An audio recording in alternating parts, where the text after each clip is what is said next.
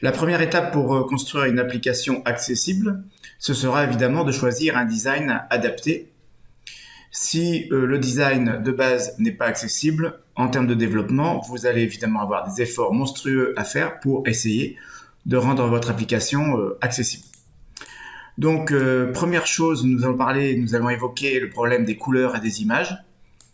Deuxième chose, donc, comment rendre plus de sens en fait à la description vocale, par exemple vocalisée, qui sera faite de votre application. Autrement dit, il va falloir gérer les éléments qui sont accessibles. Il y a des éléments qui devraient disparaître de l'arborescence d'accessibilité, il y en a d'autres qui au contraire devraient apparaître pour donner du sens.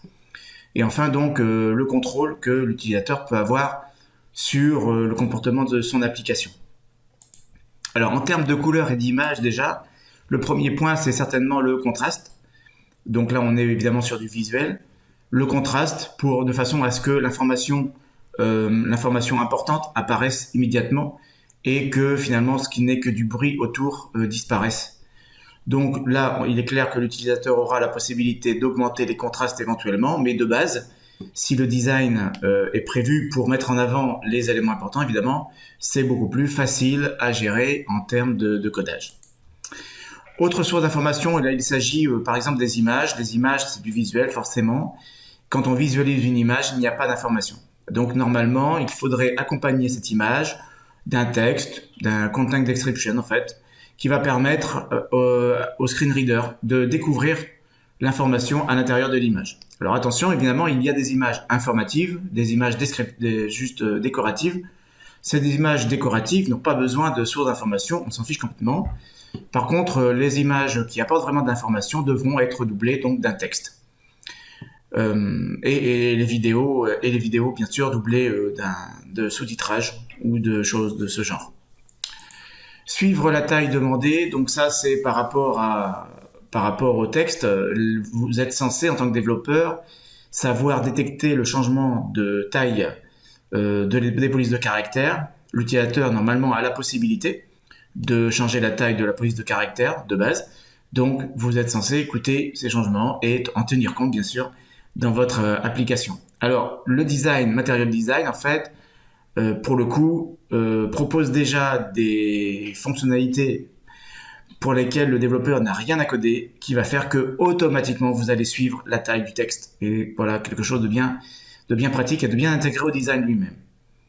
Au niveau des éléments accessibles, donc clairement en fait, l'arborescence d'accessibilité est basée sur l'arborescence graphique. Donc l'arborescence d'accessibilité, c'est l'ensemble des éléments présents dans un graphe qui vont être lus par le screen reader. A priori, ça ressemble beaucoup à l'arborescence graphique, mais il peut y avoir des éléments totalement inutiles, voire nuisibles, qu'il faut faire disparaître de l'arborescence. Alors, ces éléments inutiles, ce seraient des éléments qui ne seraient pas visibles, en fait, sur l'écran, mais qui existeraient, genre, par exemple, les parents. Les parents, c'est-à-dire les nœuds qui contiennent donc des feuilles dans votre arborescence graphique. Et donc, ces éléments-là risquent d'apparaître au niveau de l'accessibilité. Il va falloir les faire disparaître. Et au contraire, on peut avoir besoin de faire apparaître la sémantique, c'est-à-dire la signification de votre arborescence, et donc de mettre en avant des composants qui, par ailleurs, d'habitude, ne sont pas visibles et qui sont d'habitude remplacés par des éléments secondaires. Je pense par exemple à des regroupements en fait, de composants. Les éléments accessibles, en particulier ceux qui sont cliquables, sont censés faire une taille minimum. Et à moins de 48 pixels, normalement, vous ne passerez pas l'audit. Les éléments cliquables doivent faire 48 pixels de façon à pouvoir tout simplement appuyer dessus. Hein. Et bien entendu, on espère un espacement minimum entre ces différents éléments cliquables. Et si ce n'est pas le cas, eh bien en fait, l'utilisateur confond en fait, les clics, les tape sur les éléments.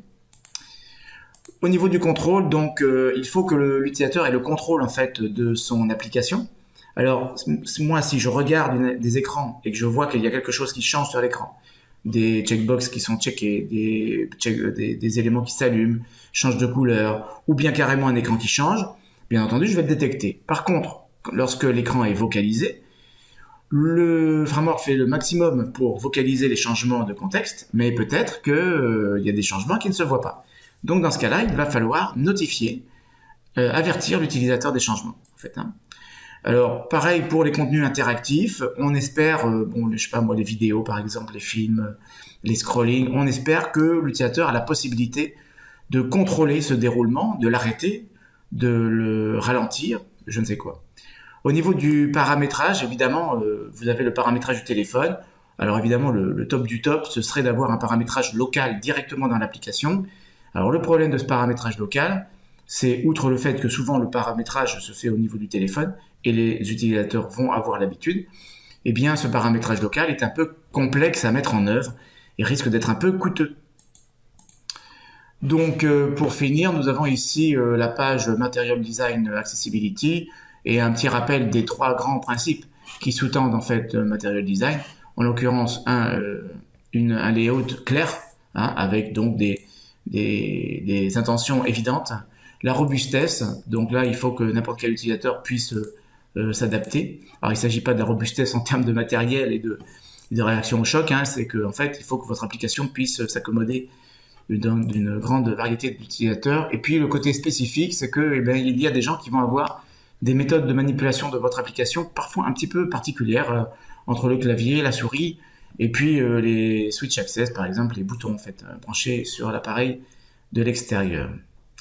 Voilà, donc dans cette vidéo, nous affirmons que en fait la première étape pour avoir une application accessible, c'est déjà de choisir un design qui soit bien adapté et bien d'utiliser, de prendre en compte en fait les différentes difficultés que l'on peut avoir dans la manipulation de l'application.